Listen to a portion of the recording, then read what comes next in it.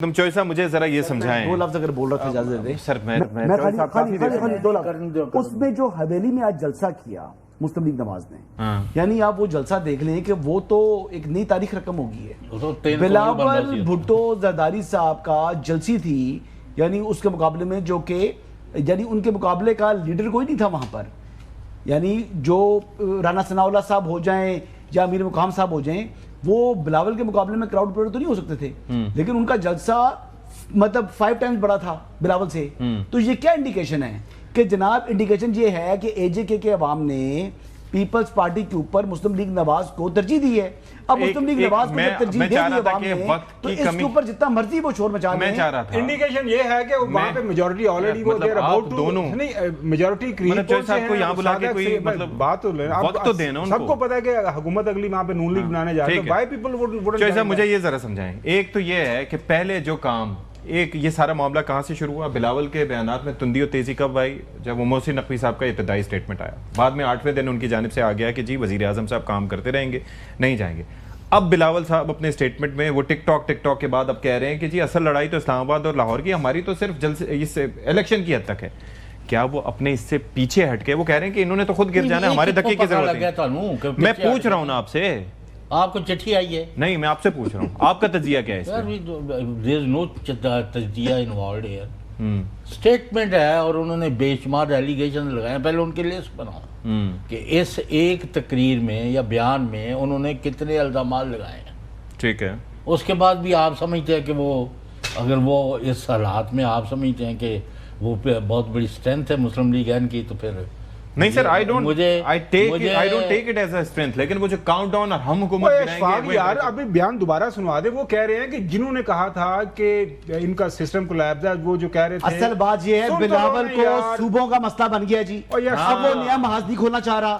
اب جناب وہ نیا جو ہے وہ وائٹ فلیگ طریقے سے رکھ رہا ہے, اور وہ کہہ رہا ہے جی کہ اپنے صوبے کو بچائیں, نہ کہ جناب ہم اس وقت جہاں اتفاق رائے ہے وہاں وہ سنوائیں ذرا جی. ہاں جی, جہاں اتفاق وہاں سے پتلی گلی سے بھاگے ہیں بلاول. سچی بات تو یہ ہے, یہ بولیں گے نہیں یہ بات. سنوائیں جی جہاں کے رائے ہے. نئی صبح کے جو بحث ہے, کوئی بھی سیاسی موقف ہو, جو سیاسی بات چیت, جو عوام کا مطالبہ ہو, کسی خاص شخص کی نہیں, کسی خاص کمرے میں بیٹھے ہوئے لوگ نہیں, جو عوام کا مطالبہ ہوں, آج سے لکھ دو میں عوام کے ساتھ, مگر ساتھ ساتھ جو عوام کا فیصلہ نہیں ہے تو یہ امید نہ رکھے کہ پاکستان پیپلز پارٹی عوام کے خلاف جا سکے. ہم سمجھتے ہیں کہ جہاں اتفاق رائے موجود ہے, اس اتفاق رائے کے مطابق آپ آگے کام بڑھائیں, ہم ساتھ دیں. جہاں اتفاق رائے موجود نہیں, وہاں آپ جا کے اتفاق رائے بنا دیں. اچھا, اب اتفاق رائے کی وہ بات کر رہے ہیں, وہ کراچی میں پہلے نہیں اتفاق رائے کہ کراچی والے لوگ جو ہیں وہ سندھ کے ساتھ رہنا چاہتے ہیں. پورے سندھ کو چھوڑ دینا, پہلے کراچی میں لے لیں. اگر کراچی کی زیادہ پاپولیشن کہتی ہے جی کہ ہم نے الگ صوبہ بنانا ہے, تو پھر کیا اس پر عوام کی رائے کو احترام کریں گے؟ وہ تو کبھی بھی نہیں کریں گے. وہ کہتے ہیں جی پورے سندھ کی لیں کہ اتفاق رائے کہ نیا صوبہ بنے نہ بنے, کراچی شہر کی وہ بات نہیں کریں گے آئسولیشن. وہ اسی طرح حیدرآباد شہر کی بات نہیں کریں گے آئسولیشن. تو میں لہٰذا یہ کہہ رہا ہوں کہ بلاول بھٹو زرداری صاحب نے وائٹ فلیگ کر دی ہے فیڈرل گورنمنٹ کے ساتھ.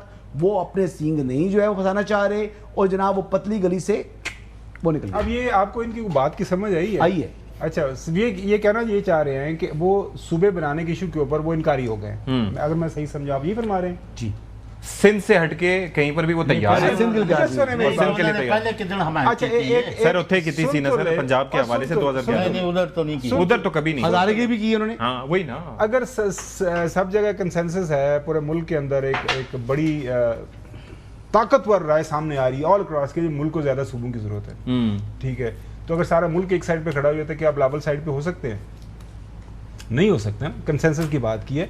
اصل میں جو حسن سن تو لیں, جو بات گما پھرا کے جس کے اوپر حسن صاحب پھنسے ہوئے ہیں نا, وہ پھنسے میں اگر میں دوبارہ وہ 5 سال والا بیان ان کا سنوں, وہ یہ سمجھ رہے ہیں کہ جی ہم کیا بات کر رہے ہیں کہ کیا نون لیگ, آپ بار بار سوال ہم تینوں سے پوچھ رہے ہیں کہ نون لیگ اور پیپلز پارٹی کے درمیان معاملات ٹھیک ہو گئے ہیں, آج انہوں نے ریورس گیئر لگایا کہ نہیں لگایا, آپ کا یہ سوال ہے.